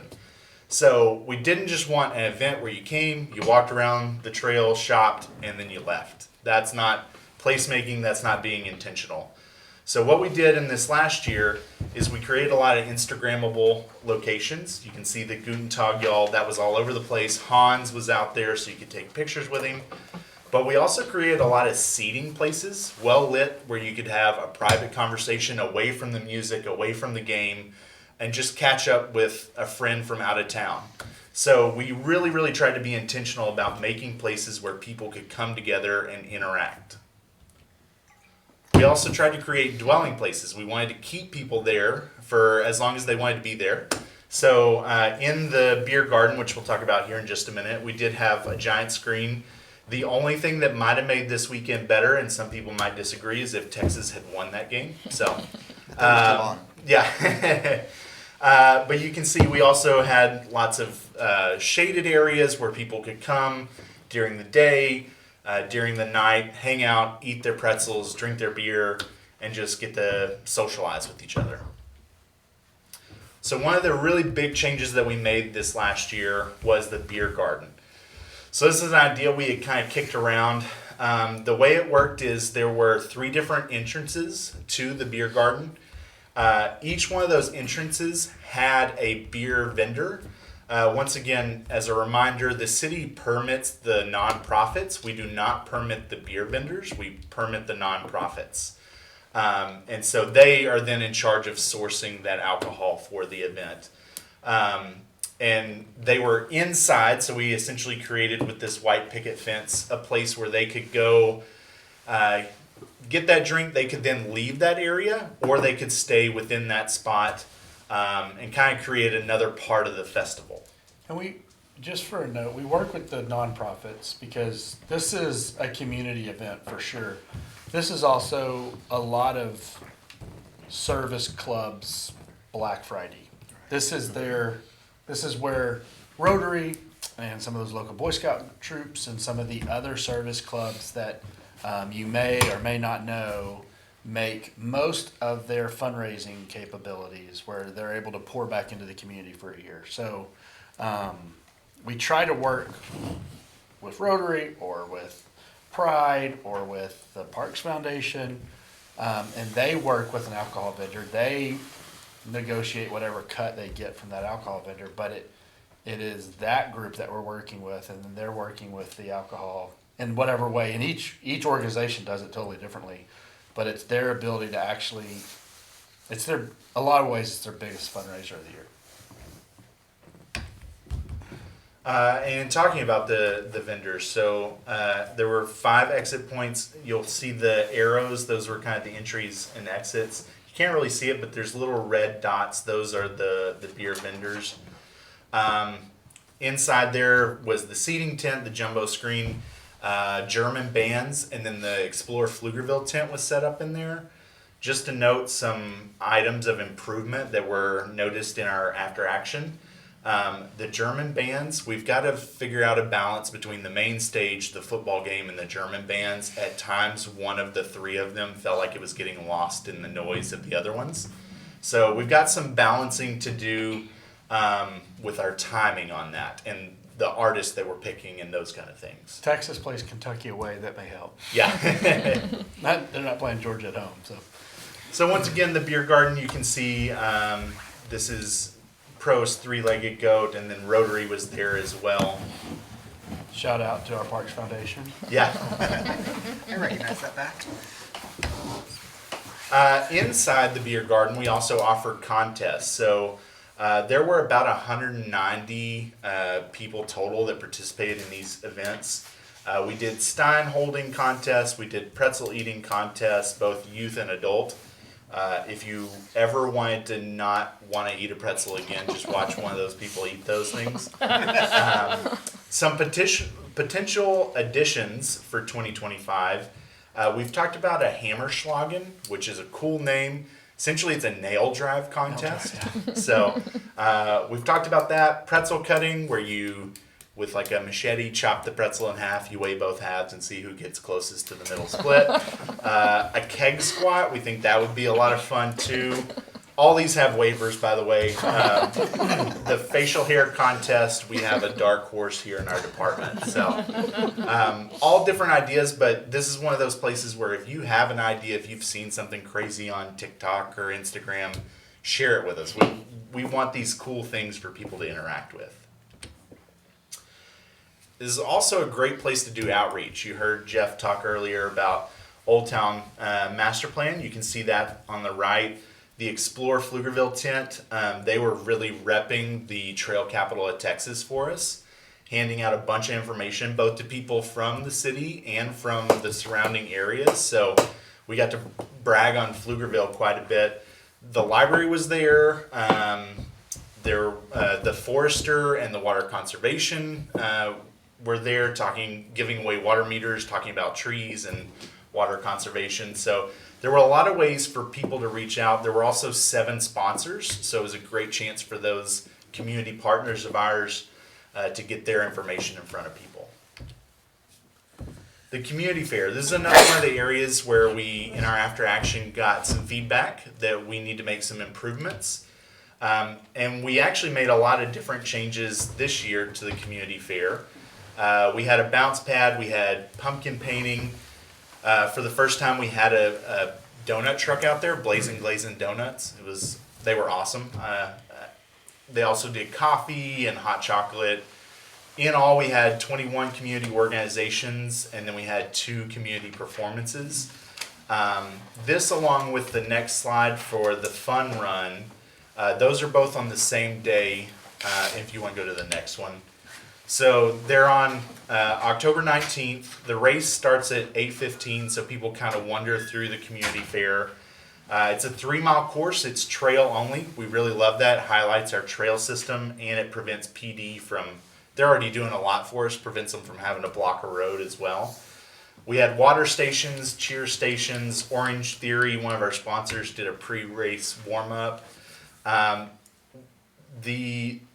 The race has had some high numbers in the past, and we've been talking about, we took it from a timed race to a fun run. We're wondering if things like going back to a timed race, having a vendor help us with those kind of things might be something that would make people participate in that more.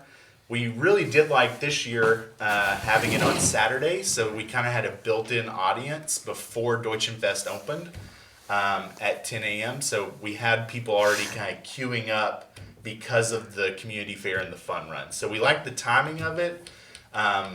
We just have some dialing in on that we need to do. We had some incredible vendors. We really tried to push the Texas type vendors. Shane always says, you know, Texas can be a lot of things. It could be Tejano, it could be red dirt country. It can be a lot of different things to a lot of different people. So we tried to have a wide variety of vendors. One of the other pieces of feedback that we got was at parts of where the vendors were, it felt compressed, and at parts where the vendors were, it felt really open. So we've talked about redoing some of the spacing on that. Instead of, we can only put 7 vendors in a row before it becomes a tent city and the fire department will shut us down. So we normally try and group those all together, but we've talked about maybe spreading them out so they're not right next to each other, so it feels like there's something consistent all the way around the trail. Another thing we changed for this year that we're going to bring back is the food zone. So previously that was kind of right next to where the stage was at. This time we made it another placemaking spot where people could go. Junior's crew did an awesome job. They got us those steel wire spools and turned them into tables. There were lights draped all over the place. Bays actually created the food zone sign there. He's our local resident handyman, so he created those for us. They looked great. It created a great atmosphere. We also had a request from the fire marshal to move the food trucks away from where they had been previously because they were under the tree canopy, and that was a concern. So we had to get them to a spot where they weren't causing canopy issues. You can see the food vendors, like Shane just mentioned. We moved them out away from the trees. There were a couple of other pieces. The opening was really close, so some of the bigger trucks had a little trouble maneuvering in there. So we're probably going to look at where that's at. That white part is a fence, and so that closed off the back of house that you see. Really helped us out. I think it created a really great feel for the event because you weren't seeing all the behind the scenes stuff. You were just getting the really pretty banners on the fences. Also, throughout our after action report, we heard signage. We had probably like 150 A-frame signs. It was not enough. I don't know if you can ever have enough signage. So we're just going to keep bumping that number up until people ask us to stop putting more signs out. Kids Zone, we also made a lot of improvements here. We increased both the number of rides and the quality of the rides with a new vendor, which we're hoping to bring back, and that will hopefully be a contract that will go to council at some point. People really loved that it was included. You didn't have to pay an extra fee at each of the rides to get on it. Once you got into Deutschen Pfest, yeah. Once you get into Deutschen Pfest, it's all free for the rides part. If you go to the next slide, we also did some other improvements. We had a DJ. So we moved it over to Gillen Creek Park. We had a DJ over there. We had the petting zoo. We had a touch-a-truck, face painters. She wasn't in this area, but we had a hair braider who was like braiding people's hair in the German style. So we just tried to have a lot in that area. Couple of the things we're going to have to work through this year. You'll see where the face painter square is. That was actually rides, and that's now where the new Gillen Creek Playground is at. So we used that space. When we took the playground out, we put rides on top of it. So now we have to figure out where to put those rides now that the playground's back. So we've got some maneuvering to do on those. We also heard, we called it the Kid Zone. It's hard to program for teens anyways, but especially if you call it Kid Zone, they're automatically turned off by that. So we're going to work and maybe call it the Carnival Zone and then try and add some more teen type activities. One of the really popular ones was Hendrickson did the Fortlandia, which is where their students actually built like climbing structures that people could get on. Former Parks Commissioner. Yeah, former Parks Commissioner. Amy Rapp. Yeah. And then the Pace High School Makers Market, so maybe doing some teen market type activities. And then our Placer AI stats. So, Shane, if you want to do this, you can, or I can do it. Yeah, Placer AI is that software I might have talked to y'all about last month, or I've talked to you about previously for those that have been on the board in the past. But it is a software that the developers of the world use, the Costco's and the other folks use to see frequency and usage and clustering, and it's based off of geofencing in areas and then seeing how long a dot, which represents a person, which represents your phone, which those two things are the same thing nowadays because no one's without their phone, but it represents how long someone's phone is in this geofenced area for 7 minutes. So once you're in a spot that's geofenced for 7 minutes, it tracks you until you leave that geofenced area. So what we can tell is last year we had 2,200 visits on Friday night, which was down from 2,500 the night before, or the year before. 3,500 Saturday, which was down from 4,000 the day before, which brought us about 800 less people going to Placer, which are going to the event. Now, we don't chase attendance. I don't think that's the best way to run anything. I think sometimes you can get lucky with attendance. You can not plan on attendance and things go viral. You can plan heavily on attendance and have a bad weather day, and all of a sudden all that effort on attendance didn't enrich the rest of the event, and then you're kind of screwed. So I'm always pushing my staff to really curate the best of it possible, and if it's worth it, people will come. And the people that come, if they value it, they'll tell other people, and it'll grow. But I don't want to chase attendance for the sake of attendance. But you do have to explain attendance to council. So, because you ask, I have to explain attendance to council because I ask every year for more money. And so, I just want to put attendance into perspective. And when you look at the DK Royal Stadium, had 20% more people in attendance at that event versus the BYU event they had the year before. So even though they hosted those two times, BYU's home game and Georgia's home game had 20% more people at DK Royal Stadium. And then COTA, Circuit of the Americas, had a 5% increase over their two-day event total. And so when you look at 25% in just those two events alone, it does kind of give credence to, okay, you know, some people made a decision, right? They wanted to go to the UT game, or they wanted to be downtown for the UT game. We didn't even look at what downtown Austin looked like the night of the UT. I'm sure that was at 20 or 25 or even 30% increase. So we were up against a bear of a game because UT Georgia was 1-2, I think, both undefeated, playing at home in Austin. They were on all that. Anything you could do to hype that game up, it had been hyped.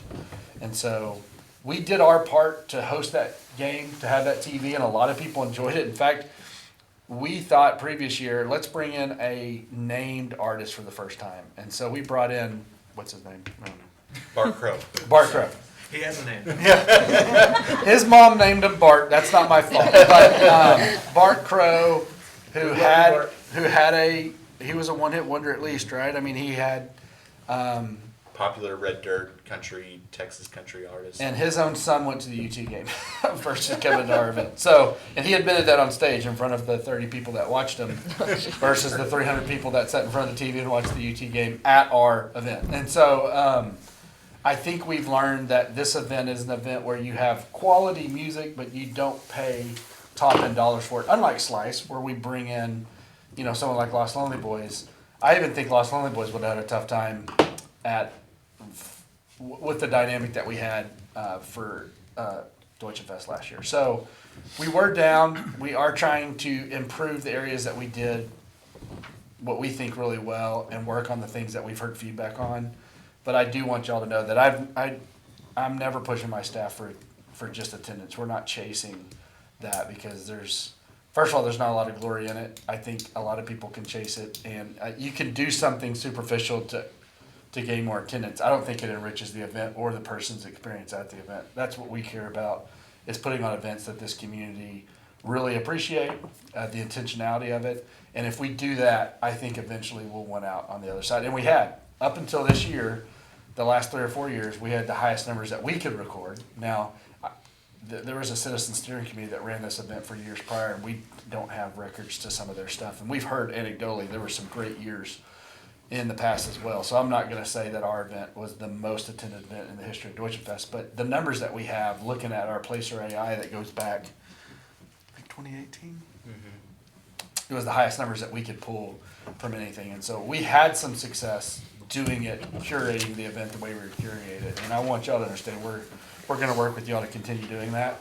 And if y'all could just be great and tell people about it, maybe our can do it. Can I say something? Yes, sir. Is this gonna be shown to, city council, or is it already gone? to They've city? already got it, yeah. Oh, so they didn't say anything about the Daryl misspelling?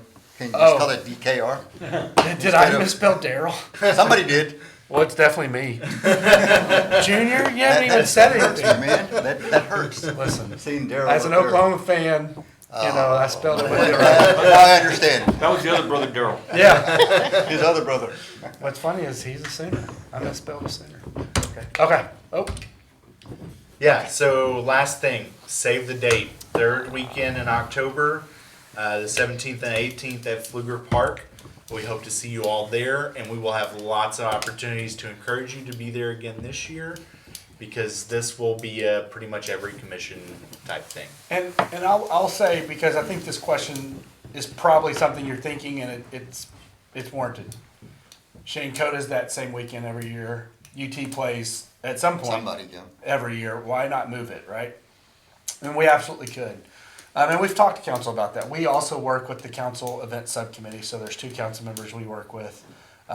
Currently, it's Mayor Pro Tem Holliday and Councilmember Ryan. Previously, it was the mayor and Holliday, and before that, it was, I think, Mayor and Councilmember Weiss. We've worked with multiple different people that have served in that capacity. And to be quite honest, they believe that Pflugerville residents no longer rely on Austin for their entertainment. So sure, if Coda of the Americas or South by Southwest, or if Poppy Festival is going on or something else is going on, y'all have every right as a resident to go outside the community. But we're not gonna hide from those events either. We're gonna put on events that we think are really good. And if they happen to be going on at the same time as one of those events, then what a cool world you live in that you get to choose. But what we're not gonna You're do. talking about Austinites that are coming here. Yeah, oh, we're having a lot of Not them. just us, yeah. What we're not gonna do is we're not gonna hide from others' events. And we're not gonna say, wow, well, Poppy Fest moved to the 3rd weekend in blank, or South by Southwest is doing 3 weekends this year, so we've gotta move again. We think we do a pretty good job putting on this event, and we're not gonna let other events affect us. We're just going to do a really good job, and if they do a really good job as well, then you get to choose. And that's been the philosophy, so. Okay. Thanks, Jonathan. Thank you. All right, so we're at 5A, discuss and consider action, designate a chair and a vice chair for the Parks and Rec Commission. So the chairperson presides over the meeting, so you won't have to hear me as much. Gets to sit next to me though, like these 2 right now are. And adheres to the agenda, encourages decisions. They're also usually a set of eyes for us, and they approve the agenda. So if you're the chairperson, you'll probably get more communication from us than you would if you were just a member. We're either reaching out because someone wants to add something to the agenda, and we need the chair to work with that commissioner to be okay with it. So let's say if there would have been a chair and Jennifer wants to add this dark sky initiative, it would have actually bubbled up. Even if she reached out to us, we would have said, hey, chair, this is a request. The chair says, yeah, I'm cool with it, or let me talk to Jennifer first, and maybe it's on next month's or whatever. And so Chair helps set agendas, approves agenda before we post, and then kind of manages the agenda at these events. Vice chair does absolutely nothing. Nothing. I think Chelsea was the vice chair last time, and she served for a couple minutes while Lisa was late. Vice chair's like the backup quarterback for the Dallas Cowboys, best job in the world. Really, they're only there if the chair can't serve. And then recommendations, so you can recommend chairperson A, and that person can turn it down, or they can approve or accept that recommendation, and then we can vote, and we can do one motion. So someone could say, I'd like to recommend chairperson A and chairperson B as vice chair, and y'all could be like, yeah, that's cool. If both those people like it and everyone's in agreement, it can be one single motion, or y'all can do something where 2 or 3 people are interested in chair, they all accept those recommendations, then you vote for that person, and then you do the same thing for vice chair. Y'all have every right to do it in a single motion or multiple motions, up to y'all. Well, I recommend Jennifer if she's willing for chair, since she's already in the seat. Yeah, you should have said right here. I think she What made do it you pretty mean? My damn name clear. tag- my name She made tag her was intentions here. Oh, pretty man, damn you clear can by lose sitting that. there. Oh no, I don't want to be chair. Does anybody else want to be chair? I mean, I hear it's really awesome. You get to work with Shane That's all right, the time. that's right. I It's recommend- next to Shane. Falling on deaf ears. I recommend Ray for chair. Oh, Ray would be a great chair. Well, I'll accept if nobody else can do it. That was easy. Okay, if we have one person, we would need a motion and a second, and we can knock that one out. So are you deferring? I mean, yes, I'm fine if Ray wants to take it. Make the motion. I will make a motion to make Ray chair. I'll second it. Okay. Okay, we'll do this one in a one motion. All in favor of Ray? Aye. Aye. Aye. Opposed? Abstaining? It's me and you next month, buddy. All right. Okay, now we need a vice chair, which I glowingly spoke about. I was gonna say, that's my kind of job. I will motion for Stan to be vice chair. A second motion. I didn't fully hear. I want to make a motion. I want Elise to be vice chair. Oh, payback. Oh, how dare you? So hold on, so we have a motion. For, that a motion? Stan. Who was the motion for Stan? I did. Jen, and who was the second for Stan? I wasn't. Melissa. I wasn't. Do you want it, Elise? I would. Right now, Okay. we have Elise as a I motion. will back up. Okay. All right, so we have Elise recommended. Who was that? It was Ray was the motion? And who was the second on that? I think we need a second. Nobody, I cut him Second. off. Wait, who was the second? Stan. Standard. So Stan has denied it, so we have Elise with a motion from Ray and a second from Stan. Any interest from anybody else? Okay, we just need, all in favor, say aye. Aye. Aye. Opposed? Abstaining? Okay, congrats, we have our chair and vice chair for the year. We'll make sure that you do nothing. That's right. Oh, he's already pulling rank. Okay, now we're at 5B. So this is subcommittee, this is renewal only. So this won't see Dark Sky Initiative or any other initiative tonight that you are interested in making a subcommittee. What we have right now before you is the tree care. Now, we have a tree care advisory committee. Y'all are the tree care advisory committee. Once every quarter, Dave will come in here and dazzle you with forestry stuff. That is a requirement per the Arbor Foundation, per our code. It makes sure that we are checking off one of the many boxes for Tree City USA. This is not that. This is a subcommittee that works to do tree care improvements in the community. Now, they work with Dave, but like the ISD projects, I think Scott and Jennifer were the only, have we ever had anybody else on it? I was on it Yeah. last year. Okay. Yeah, and Carol's been on it. Okay, yeah, so other we've had people. multiple, okay. Yeah. So we've had it for a couple years. This one is up for renewal, and then if we vote it should be renewed. We will then ask for at least 2, if not 3 people. So, And then the pollinator as well is up for renewal. And I guess the question would be, do you have a desire to continue? Because we have not hit the city designations yet that we've been looking for. Okay, so tree care first. so do we need more explanation what it entails? Because you just. Yeah, say if- The ISD work. If someone that's been on the tree care would like to speak, because the liaison is Dave. Yeah, so, all right, I'll do it. So we give trees to schools to plant on their property and help them to care, not let them die. And I think Ray ended up going around to quite a few schools last year to do a survey of what was still living from previous years, and some of the other people did too, but I know you did a bunch of it.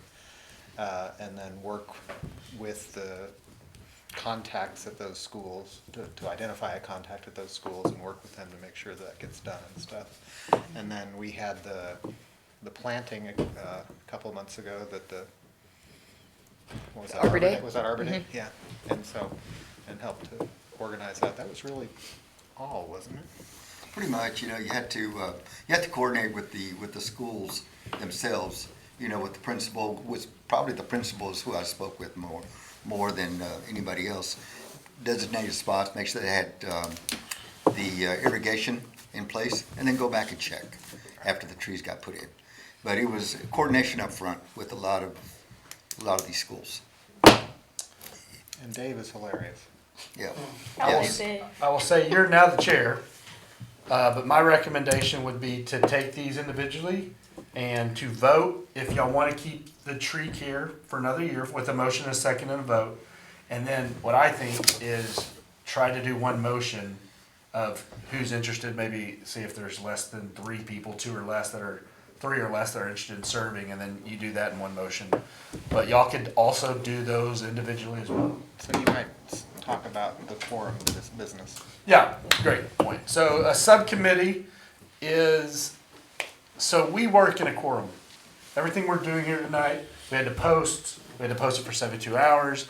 We can't all email each other afterwards and say, you remember that thing we talked about? This is another point, I should have told you about it. Not allowed to do that. This is part of the Open Records Act that Trista's talking to you about. The only way any real government board works more lean is on the subcommittee level. And so a subcommittee allows less than a quorum, so it's, at council it's 2, sometimes 3. Here in the past, I think we've always done 2. Did we ever do 3 on any of our subcommittees? Yeah. Yeah. Oh, have we? We've always done 3. We've always had. Always 3? Yeah, the ones that I've been on. Look at that. All right, so as long as it's not 4, 3 or less, then that group can meet at any time. They're not held to any open records requests. They can email, they can talk, they can meet. We ask that they meet with the liaison, so tree care's Dave, pollinators, Jonathan, subcommittee in the past for foundation was Jeff. And you meet with them or you keep them involved or whatever, but it allows y'all to meet as a subcommittee, and then you bring findings or bring recommendations back to this group without this whole group having to be involved in all the notes and the meetings and all the things that would have had to be posted. So this just allows you to work a little bit more leanly. You trust the people that you've recommended to work on the initiatives that you've given them, and if they have any questions for the good of the group, they bring those back when the chair has provided them some time at a council or at a commission meeting. Ray, it's your show now. Well, first off, I'd like not to be on this committee, mainly because I'm the chair of the whole thing. Yep. And I would also like to see if somebody else would be interested, the new people coming in. I have a question about how many subcommittees you could be on, because I know there's a couple, especially the prospect of having a dark sky committee is highly enticing to me, but if that wouldn't preclude, being on one, exclude you from being Go on to it. town. If there's room, you Oh, can no, be on all we're of gonna them. limit your volunteers. No, you can't volunteer too much. My wife might have it. See, I'm on the same boat you are. I want to get on another committee, kind of like the Deutschen Pfest. I'm interested in that. So I don't want to get in too many of these and not being able to do something. And that's a great point, and I want to make sure, y'all are all in the Deutsche Fest. Y'all don't get to, Congratulations. Oh. yeah, we don't have a subcommittee on Deutsche Fest. We're all gonna talk about Deutsche Fest. Okay. Just like Tree Care Advisory, y'all are all on Tree Care Advisory. This is tree care in a way that's more than the advisory. This is pollinator. Now, if you wanted to create a Deutsche Pfest subcommittee that you were working on new initiatives, y'all could do that. But this group will all be part of that Deutsche Pfest group. But we do need to know if y'all want the tree care group, if you want the tree care subcommittee for another year. This is probably a pretty easy vote, and then you can work on Is that a video. motion? Yep, I move that we approve it for another year. okay. A second. All right, all in favor, say aye. Aye. I just did your job. Yep. Right? Okay, Wow, Shane. It's hard to give it up, I isn't know, it? no, Big guy? it should be. power. I know. Okay, so it's been approved. I'm interested. How do you wanna do it? You know, show of hands, see who is interested in the Yes, survey? yeah. Anybody else? I'm on there. 2, 3. Oh, you got your 3. So if there's no one else, we could take one motion for all of them. I move that we nominate Elise, Christian, and Jennifer. And I second that. You know, lead the vote? Yeah, lead the vote. Your job. All in favor, say aye. All in favor, say aye. Aye. Oh, I'm official now. Yeah, yeah. Got it. I just thought I was sitting in the wrong place over here. Yeah, Jen's your proxy, but you're running it over there. Okay. All right, so we've got tree care and subcommittee. You need to do the same thing for pollinator. Okay. Pollinator, do you want Jonathan to explain a little bit on pollinator? Yeah, so the original reason for the pollinator subcommittee creation was to pursue the Bee City USA designation, which has a couple of different requirements. One of the big ones being a resolution that has to go to council. There's also a lot of things like Shane mentioned earlier, working with Public Works. There's pesticide and mowing things that happen along with that as well. And then generally just kind of volunteering for pollinators in the downtown. Has anybody who's here been on it before? You were, okay. It shouldn't surprise you. Huh? I'm on all the committees. She's on everything. We're missing out over here. I would like to set a motion to continue the pollinator committee. I second. Was there? Yep. Good job. Could I see a show of hands of who wants to be on the pollinator? Let's vote the motion first. Yeah.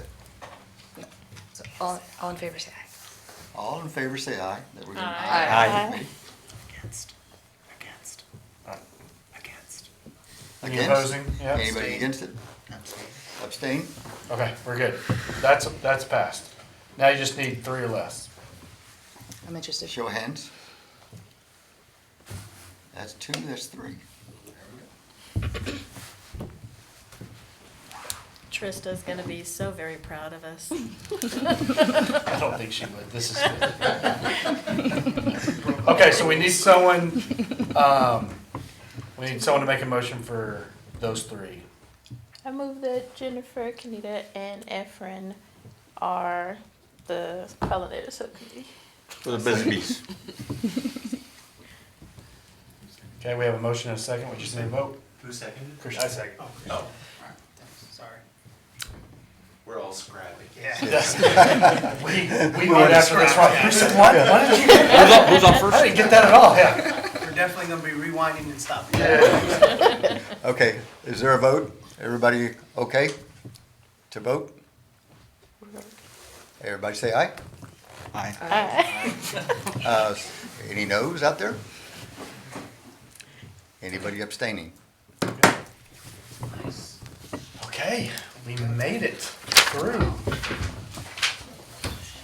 And then you get to adjourn the meeting.